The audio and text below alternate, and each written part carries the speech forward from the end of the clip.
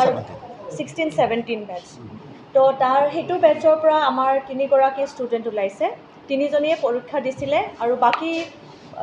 তাহাঁতি মানে আমাৰ ইয়াৰ পৰা পাছ আউট কৰি এতিয়া 3জনেই মানে চাকৰি কৰি আছে এমপ্লয়ড হৈ আছে এগৰাকী কলকাতাত এগৰাকী আকৌ ফাৰ্ডাৰ ষ্টাডিজৰ কাৰণে বেংগলোৰত গৈছে আৰু এগৰাকী বঙাইগাঁৱতে ক্লিনিকত নিজৰ ক্লিনিক কিবাটোত চাই আছে পেচেণ্ট চাই আছে আৰু এইটো বছৰত আমাৰ 2017-18 যোনটো আমাৰ ছেকেণ্ড বেটছ হয় তাৰ পৰা 10জন ষ্টুডেণ্টছ পাছ আউট কৰিছে 16 বেটছত পাছ আউট কৰা নামবোৰ হ'ল বনিতা মহন্ত ধুনিকা বড়ো সমৃদ্ধা সাহা আৰু 2017 বেটছৰ পৰা পাছ আউট কৰা গৰাকী হৈ গ'ল Chandrika Devi miss Dimpy Das miss Fancy Prasad miss Hemlata Brahma miss Juhi Brahma miss Radhika Murmu mister Ringchar Boro miss Sushmita Tudu mister Kripadev Das and mister Chinmoy Kalita তাৰে এতিয়া এগৰাকী ষ্টুডেণ্টছসকল ইণ্টাৰ্ণশ্বিপৰ কাৰণে বাহিৰলৈ যাব বিচাৰিছে দুটা ষ্টুডেণ্ট অলৰেডি বেংগলোৰৰ সকাৰা হস্পিটেল আছে সৰ্জাপুৰ ৰোড বেংগলোৰত তাতে একচেপ্টেড হৈছে তাহাঁতৰ আৰু বাকী ৰিজাল্টটো দুদিন আগত অহাৰ কাৰণে তাহাঁতৰ এতিয়ালৈকে এপ্লিকেশ্যন ফৰ ইণ্টাৰ্ণশ্বিপটো কমপ্লিট হোৱা নাই তো মষ্টলি নেক্সট উইকত বা কামিং আফটাৰ দশেৰা হলিডেজৰ পাছত তাহাঁতৰ ইণ্টাৰ্ণশ্বিপৰ এপ্লিকেশ্যনটো কমপ্লিট হৈ যাব চ' এতিয়া আমাৰ এটাই ৰিকুৱেষ্ট আছে কি আমাৰ কোৰ্চটো ষ্টাৰ্ট হোৱা 2016ত হৈছে কিন্তু আমাৰ এতিয়াও ইনফ্ৰাষ্ট্ৰাকচাৰটো যেনেকৈ হ'ব লাগে কাৰণ আমাৰ ইণ্ডিয়ান এছ'চিয়েশ্যন অফ ফিজিঅ'থেৰাপি আছে যোনে আহি ইনস্পেকশ্যন কৰিব লগা আছে আমাৰ কলেজত কিন্তু due to lack of infrastructure due to lack of definite lab য'ত মানে চাৰিটা ছাফিচিয়েণ্ট লেবৰ ইনচাফিচিয়েঞ্চি বা ডেফিচিট হৈ আছে আমাৰ কাৰণ আমাক লাগে 4টা লেব পাৰ্মানেণ্টলি আৰু 4টা ক্লাছৰুমো লাগে ডিফাৰেণ্ট লেবছ কাৰণ ডিফাৰেণ্ট প্ৰেক্টিকেল কৰা হয় কাৰণ আমাৰ ফিজিঅ'থেৰাপি কৰ্চত যেনেকৈ MBBSত ফাৰ্ষ্ট ইয়েৰত যিখিনি ছাবজেক্টছখিনি কৰা হয় ছেইম ছাবজেক্টছখিনি like human anatomy human physiology pathology microbiology সেইখিনি ছাবজেক্ট চিমিলাৰলি আমিও পঢ়োঁ তাৰপিছতহে আমাৰ যোনটো বিভাগটো অকণমান ডিভিয়েট হৈ যায় আমাৰ ফিজিঅ'থেৰাপি ৰিলেটেড ছাবজেক্টছৰ ওপৰত তো এতিয়া সেইটো কাৰণে আমাৰ ৰিকুৱেষ্ট আছে কি আমাৰ ইনফ্ৰাষ্ট্ৰাকচাৰৰ কাৰণে যদি আমাক সহায় কৰিব পাৰে তেনেহ'লে আমাৰ বহুত BTC অথৰিটিয়ে তেনেহ'লে আমি বহুত মানে কৃতজ্ঞতা থাকিব আমাৰ কাৰণ এতিয়া কি হ'ল ইনফ্ৰাষ্ট্ৰাকচাৰ লেক হ'লে ষ্টুডেণ্টছে বহুত দুখ কৰে কাৰণ এইটো বহুত পে'মেণ্ট কৰি মানে এই ফিজটো অকণমান বেছি হয় আমাৰ ফিজিঅ'থেৰাপি কৰ্চটো যিহেতু কাৰণ এইটো এটা professional medical allied health science course হয় তো সেইটো কাৰণে যদি আমাক অকণমান সহায় কৰা হয় তেনেহ'লে ষ্টুডেণ্টছৰো বেনিফিট হ'ব কাৰণ ষ্টুডেণ্টছেই মেইন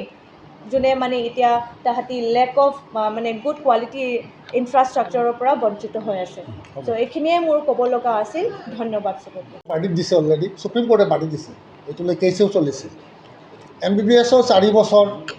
6 মাহ ইণ্টাৰ্ণশ্বিপ ডেণ্টেলো 4 বছৰ 6 মাহ ইণ্টাৰ্ণশ্বিপ ছেইম গতিকে MBBS পাছ কৰি যে ডক্টৰ শব্দটোতো লিখিবতো কোনে কৈছে এইটো লৈ বহুত কণ্ট্ৰাডিক্টৰী চলি আছে তাৰপিছত এওঁলোকে সুপ্ৰিম কোৰ্ট কেছ কৰি জিকি গৈছে আৰু ফিজিঅ'থেৰাপি এছ'চিয়েশ্যনে আৰু আমিও 4.5 বছৰ 4 বছৰ প্লাছ 6 মাহ ইণ্টাৰ্ণশ্বিপ তো আমাৰ মেইন উদ্দেশ্য হ'ল আমাৰ এই BTRৰ ল'ৰা ছোৱালীখিনিক যাতে BTR হস্পিটেলবিলাকত প্ৰায় 250ৰ পৰা 300 হস্পিটেল আছে ক'তো এটা ফিজিঅ'থেৰাপিষ্ট নাই তো গতিকে আমি সেই আমাৰ এটিটিউডটো আছিল সেইটোৱেই যে আমি ফিজিঅ'থেৰাপি ডক্টৰ প্ৰডিউচ কৰিম বছৰত বেছিতো নোৱাৰিম 8টাৰ পৰা 10টা হ'ব আৰু বা 3টা 4টা অলপ বহুত মেৰিটৰিয়াছ হ'ব লাগিব আৰু কঠিন পাছ কৰাটো গতিকে এই বছৰ 13জন আমাৰ যিটো ওলাইছে এই 13জন যদিও বাহিৰত কৰি আছে যদি আমাৰ প্ৰমোদ বড়ো ডাঙৰীয়াৰ লগত আমাৰ ইতিমধ্যে এগ্ৰিমেণ্ট হৈ যাব MOU হৈ যাব গতিকে তেওঁ আশ্বাস দিছে আমি গোটেইকেইটাক আমি এপইণ্টমেণ্ট দিম তো সেইটো ফালৰ পৰা আমি খুচি হৈছোঁ আৰু at the same time we also' appeal to BTC authority to provide fund for specially the physiotherapy department কাৰণ এইটো অনলি চৰকাৰী কলেজত এই ডিপাৰ্টমেণ্ট আছে বাকী চব প্ৰাইভেটাইজেশ্যন ক'তো নাই অসমত আণ্ডাৰ গুৱাহাটী ইউনিভাৰ্চিটি এতিয়ালৈ আমি টিচাৰৰতো লিমিটেশ্যনটো ক'ব নোৱাৰি এইটো বহু টকা লাগে আৰু পাৰ মান্থ যদি আমি হিচাপ কৰোঁ minimum 10 to 15 lakhs per month department laboratory বহুত কষ্টলি আৰু ফেকাল্টিবিলাক বাহিৰৰ পৰা আনিব লাগে ডক্টৰ আনিব লাগে ডক্টৰে আনিও আমাক লেকচাৰ দিয়ে এইখিনি আমি এৰেঞ্জমেণ্ট কৰিছোঁ। যদি এইবাৰ not up to the mark আমি কৰিব পৰা নাই, এইটোতো ছাপৰ্ট লাগিব আমাক, চৰকাৰৰ ছাপৰ্ট লাগিব। Secondary with 50%, physics chemistry biology 50%, তাৰ তলত নাপায় আৰু। 4 বছৰ 6মহীয়া কোৰ্চ। আৰু আমি বিচাৰিছিলোঁ গুৱাহাটী বা ওচৰ পাছৰে এই যে ইণ্টাৰ্ণশ্বিপটো কৰক, কিন্তু বাচ্চাবিলাকে আৰু ল'ৰা ছোৱালীবিলাকে বাহিৰতে যাব বিচাৰে, এক্সপ'জাৰ হ'ব বিচাৰে আৰু বেংগলোৰ, কলকাতা, অলপ ভাল মেডিকেল কলেজত গৈ যাতে কৰে আৰু। আমিও পাৰ্মিশ্যন দি দিছোঁ তেওঁলোকে আমাৰ ইয়াৰ পৰা ষ্টাইফেণ্ড পায়, ডিউৰিং ইণ্টাৰ্ণশ্বিপত ষ্টাইফেণ্ড পায় আৰু 6,000কৈ, এইখিনি তেওঁলোকৰ আহি থাকে, কিন্তু আমি দিব নোৱাৰোঁ চবকে, চিট বেছি নাই, লেবৰেটৰীৰ কথা আছে, আমাক মাত্ৰ 20টা চিট এলটেড।